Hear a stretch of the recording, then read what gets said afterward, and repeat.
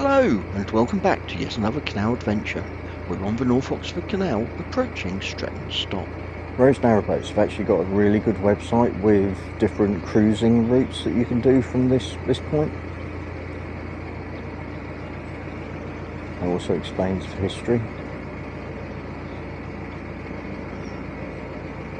of the canal, so if something drastic happened like a breach or there's an interesting structure, then you can find out all about it on their website.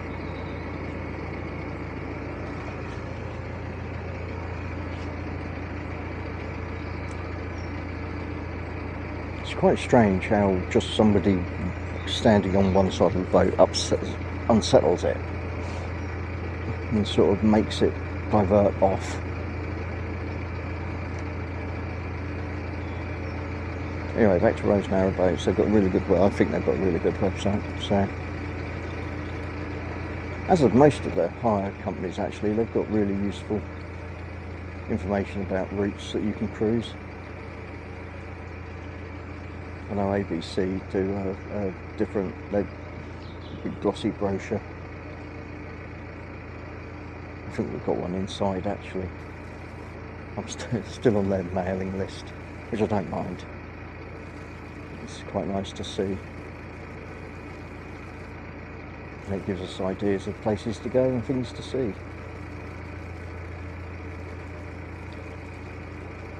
Part of me wants to hire a boat up in Scotland and do the Falkirk Wheel at some point. I think that would be nice to do. Just going to glide in.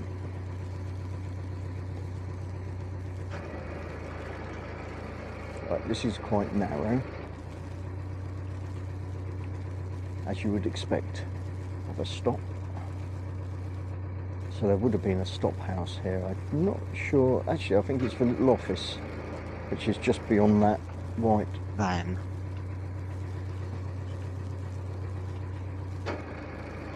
In that brick building there.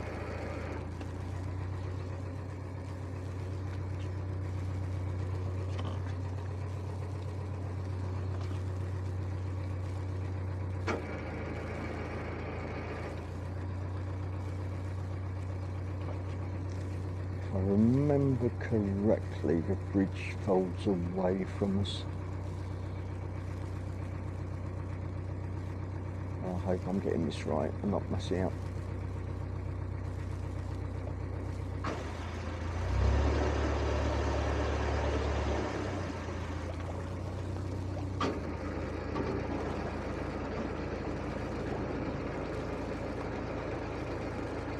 Concentration. The stop here at Stretton once contained a pair of gates used to hold back or stop the flow of water from the canal in the event of a breach of one of the large embankments. The gates have now been removed, but the recesses for them can still be seen. And this is where you would pay your toll. I haven't got any toll money. The other use of the stop, however, was to gauge the amount of cargo on board. Carrying boats were charged a toll to use the canal based upon the tonnage carried. Each boat used on the canal would be gauged by the Oxford Canal Company in a special dock at Hillmorton.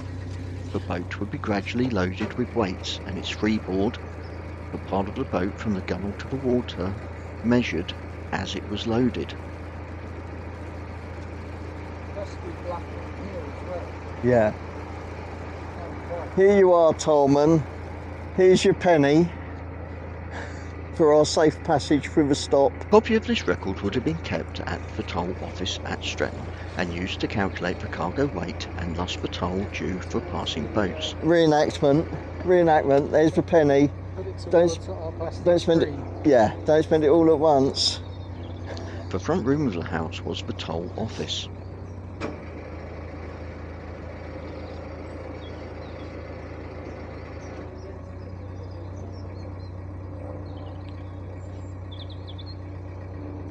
Right, I think I'm clear.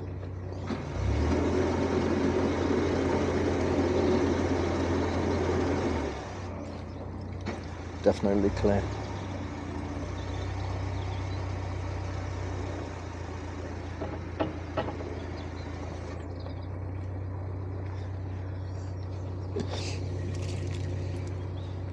Now put it back in the pot and pop it back on the shelf for us. Thank you.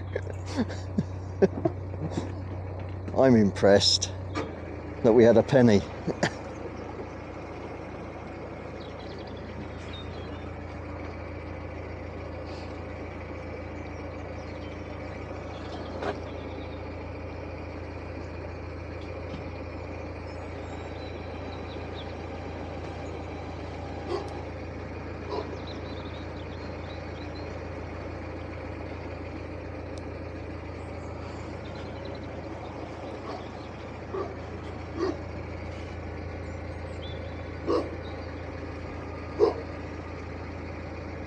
Hello.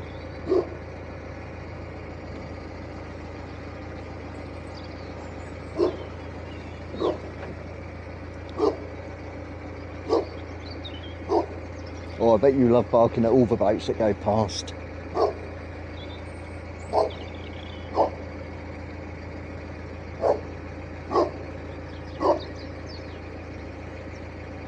We're going, you scared us off.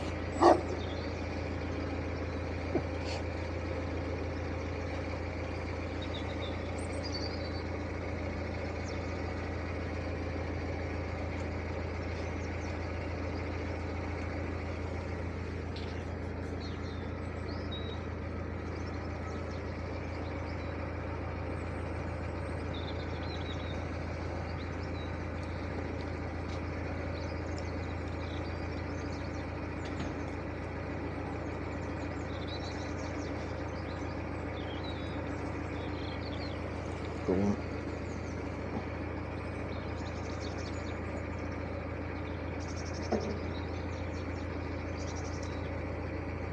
Stretton under Fosse. So I take it this bridge is potentially the Fosse Way.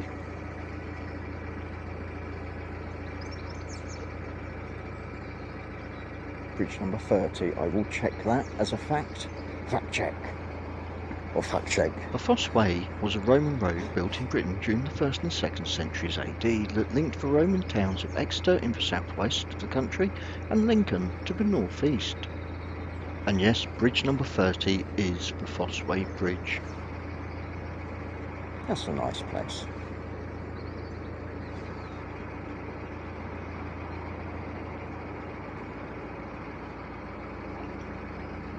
Ooh, cold shiver.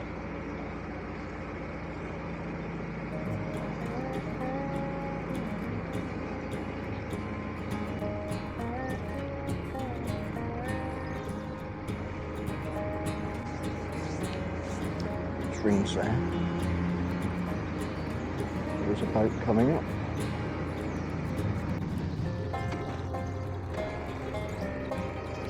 There's a ring there. Is that a ring there? Not sure. I think so.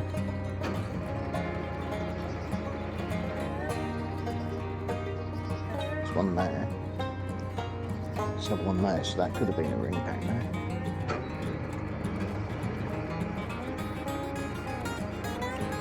Long-term permit holders only beyond that post.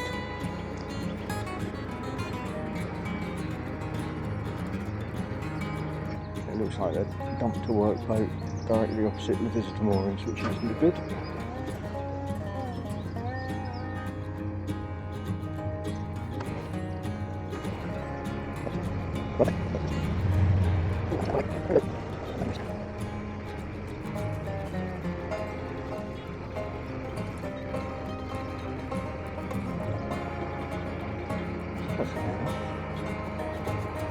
This looks like quite a nice mooring spot for permanent moorers. I think I'd want a couple of wheels.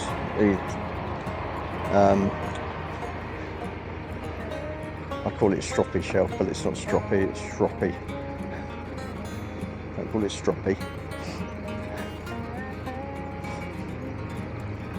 Wheelbarrow wheels. Just to keep us off the, keep you off the rock. I think a couple of these boats have got that kind of setup.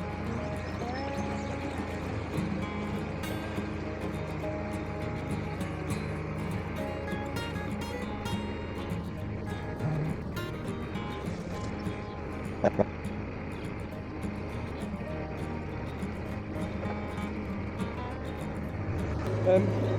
think, I know it might not look much further around, but you know where that car park was, which was Brinkley moorings? Was that Brinkley Moor? Okay, It had rings. Right. If there's space. If we have space and pull up on those Yeah. for an hour, a couple of hours, we can decide whether we want to go for a wander Yeah. after having something to eat. Yeah. And then we've still got loads of time left in the light. We can go back to virtually... Yeah. Cape Iron is only an hour or so away. an Right. hour and a half after leaving Brinkley. Yeah. But, no, because we went through Rugby, didn't we? We stopped before. So it's only probably 2 hours through Rugby. Yeah. I'm trying to remember. We stopped. I stopped because you got off to go to... Did we sleep the night at Cape Iron? No. Yeah, we slept the night at Cape Iron. Did we do Rugby before? Yes, or after? before. Before that, yeah. Yeah. So that's what I'm saying. We can go through Rugby, then maybe that's 2.5 hours. Oh, we're coming up to the cutting bit. Yeah, so that could be 2.5 hours. Yeah. This afternoon. So, and then we're back to sort of Cape Iron. Yeah. Area, which we know had Armco. It had Armco, yeah, and that was all places. right, just to stop for a wee bit and... Well, we can stop at Brinklow if we like this here, or... Yeah.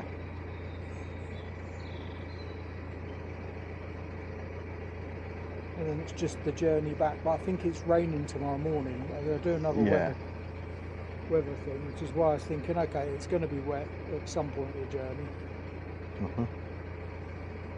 Unless we sit it out, we just go back later.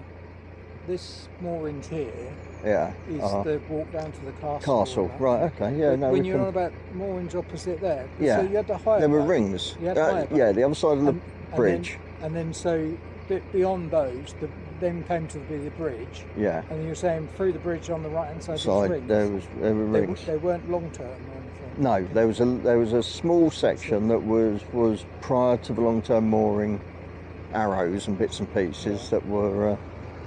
So maybe we can look at that some stage. Then. Yeah. I think you would only get a couple of. The pet. Yeah.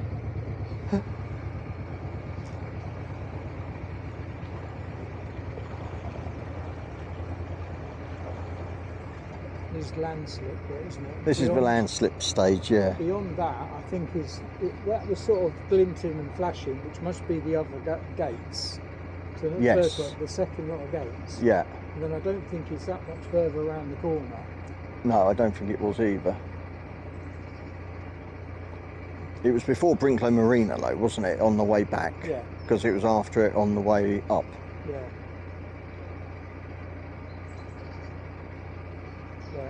Well, my phone went up to 100%, so. That's all right then, yeah.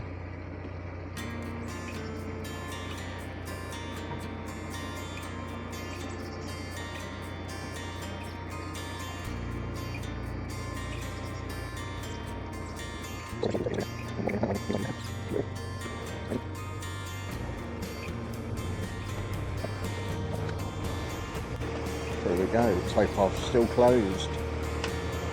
Although people have skirted around around the fence. That's where your nose is going. And we have still got our friend following us.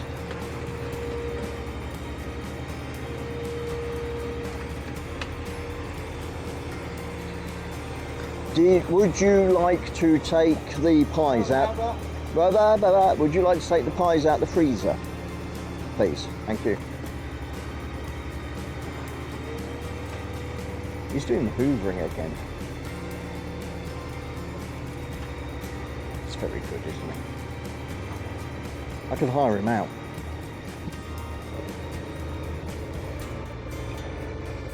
The repair to the embankment does not look complete.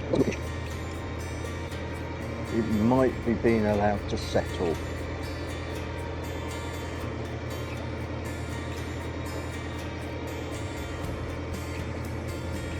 I'm going to go with that. It looks like it's being allowed to settle because there's such a large amount of earth there to let it once it's been lifted and put back in place.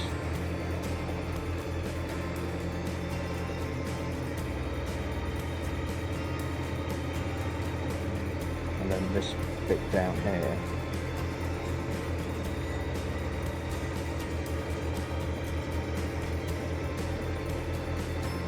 Looks like they've done it slightly differently. It didn't have as much infill.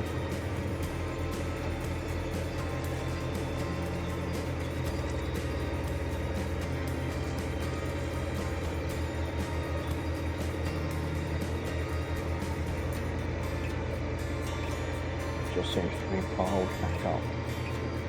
Actually looks like it's collapsed again, doesn't it?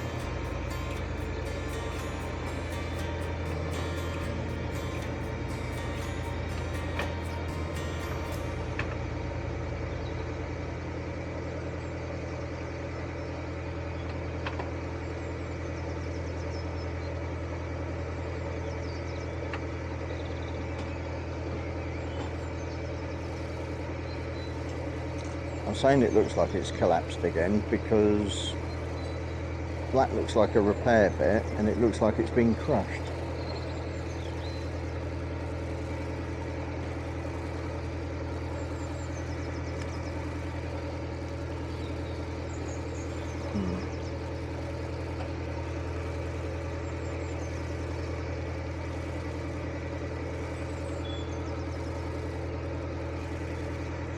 Cuttings and embankments.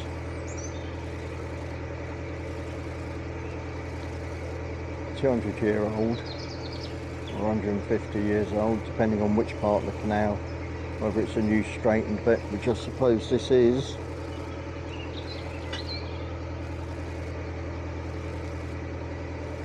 Newfangled technology of the time.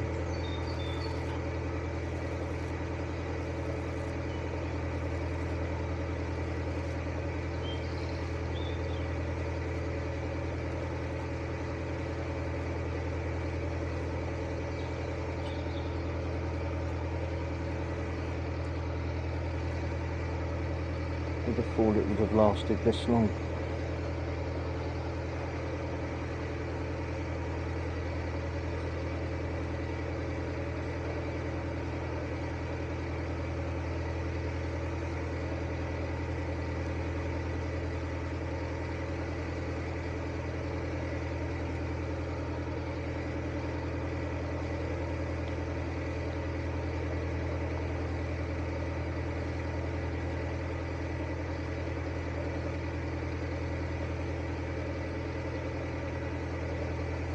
Stand out the way of that branch.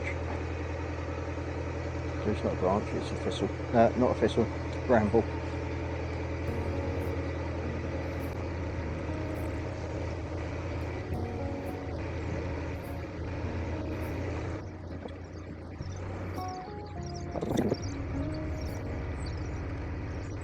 It was this bit, wasn't it? I can't yet. It goes on a bend, doesn't it? It goes to the corner. Okay. The car park was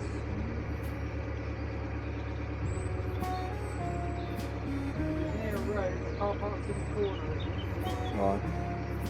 We're going past a load of moored boats in a second.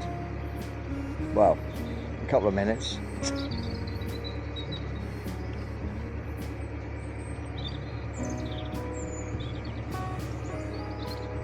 Yeah, because I think this is a road, and then it went round the corner, and it was it was like a road going diagonally in. It had a couple of vehicles parked on it, but when you look closer, there was a bit more space to park more vehicles.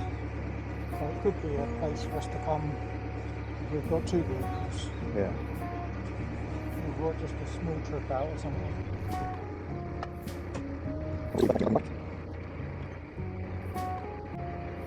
We're doing that, and it's the pink bit there. Ah, because okay. It curves round. But the mooring pieces were this side, so Can't see rings there, and it's not Armco. No, it's rings. It's rings all the way round. Right. So just see. Starting there, where that grey boat Looks is. like it, yeah. I don't think there's enough room behind it between that one and the one. Probably not.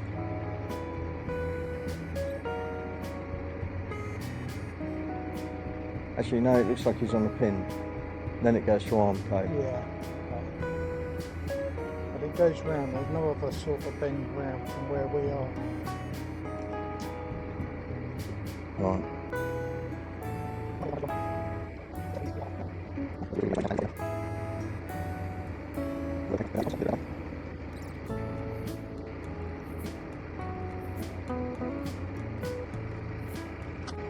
I've got a horrible feeling that there's not going to be anywhere for us to pull in.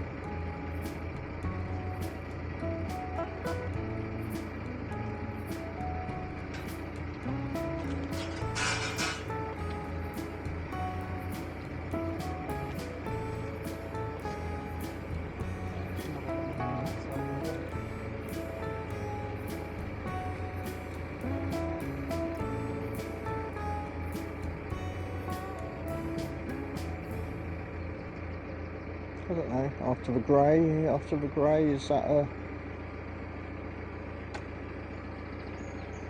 corner? Yeah.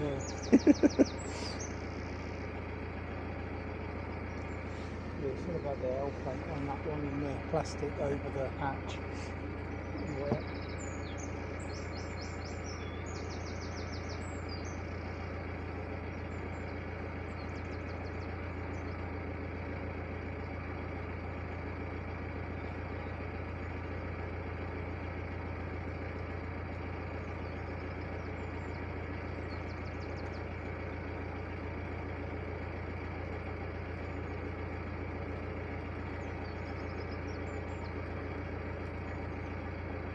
Yeah, I don't think that gap there is big enough.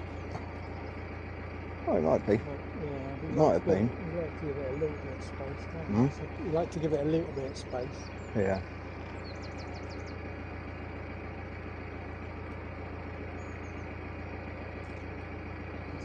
It's right in the corner there. Maybe I'm seeing rings from this point where the concrete is. What are they on? Okay.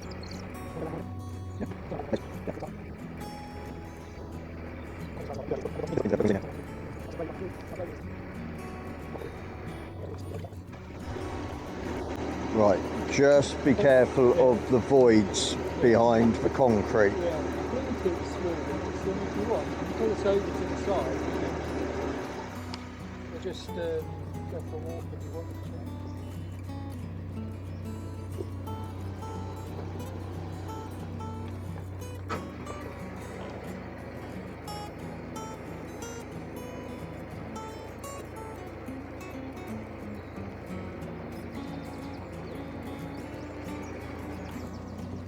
I have a little bit of a confession to make here. I don't normally include the mooring up, or as we call it, mooring on, footage in our vlogs. This is because we do tend to have moments where we do faff about quite a bit, getting the boat into an almost perfect position Really? on a nice straight path of the canal and without nettles, divots or voids in the towpath by the entrance points of the boat.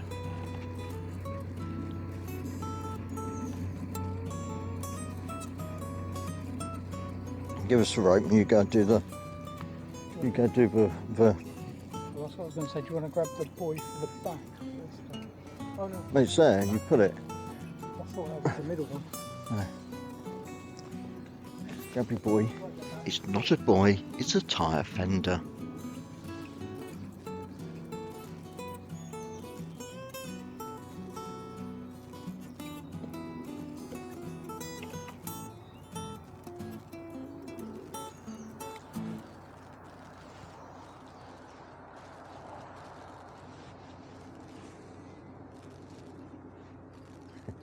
Swan friend catching up with us.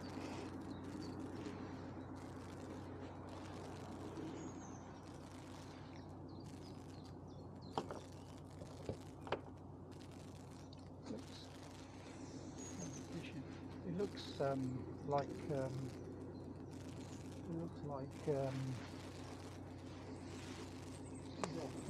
there.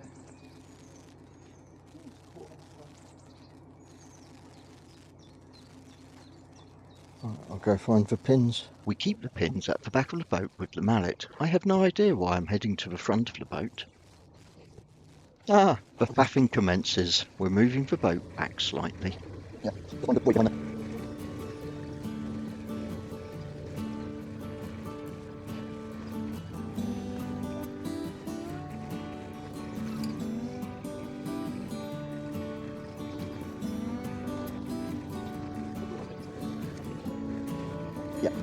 That's perfect.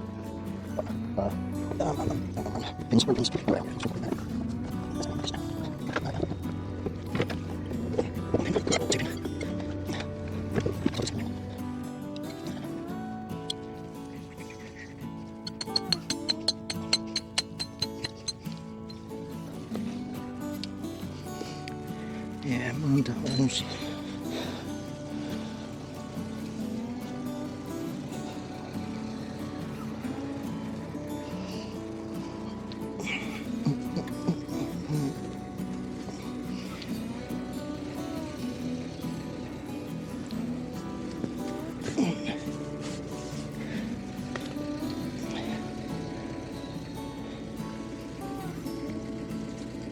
Round turn.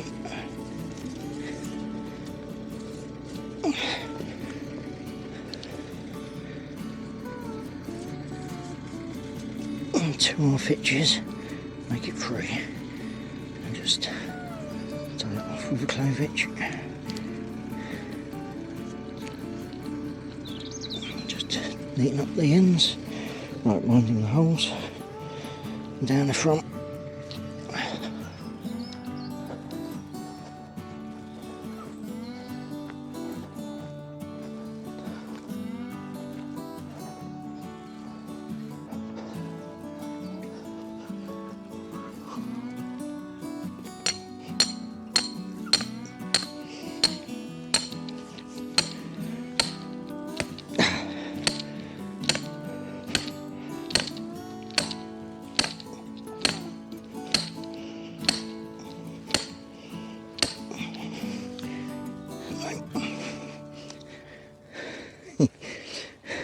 Sorry, stopping that going in there. Do that again.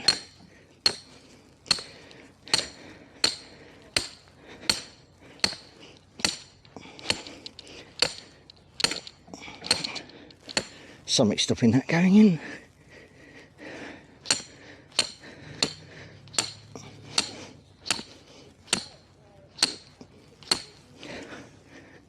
That'll do.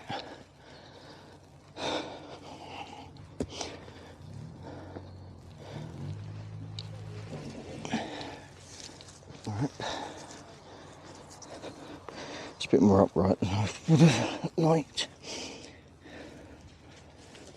I might stick a second one in.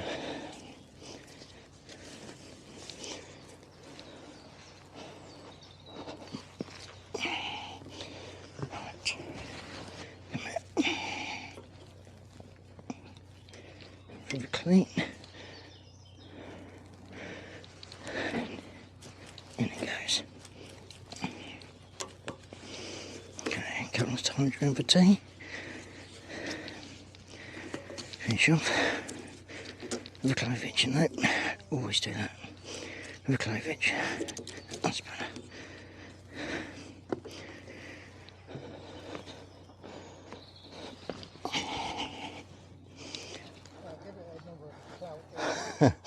I was wondering.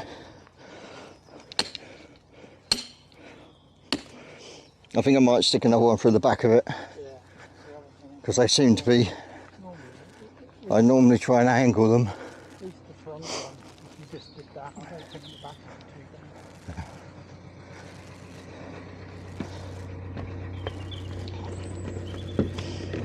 too bad. I was muttering to myself as I did it.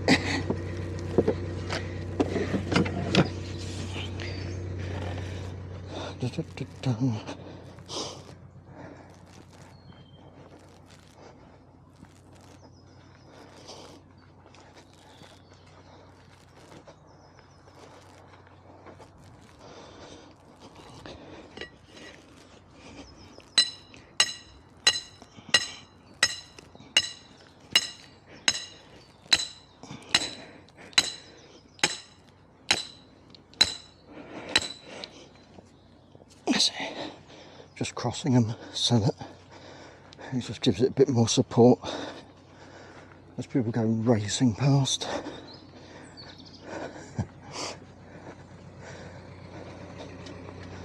Right. Oh, there you go. Oh, morning fingers. Thank you. And Thanks for watching. See you next time. Bye.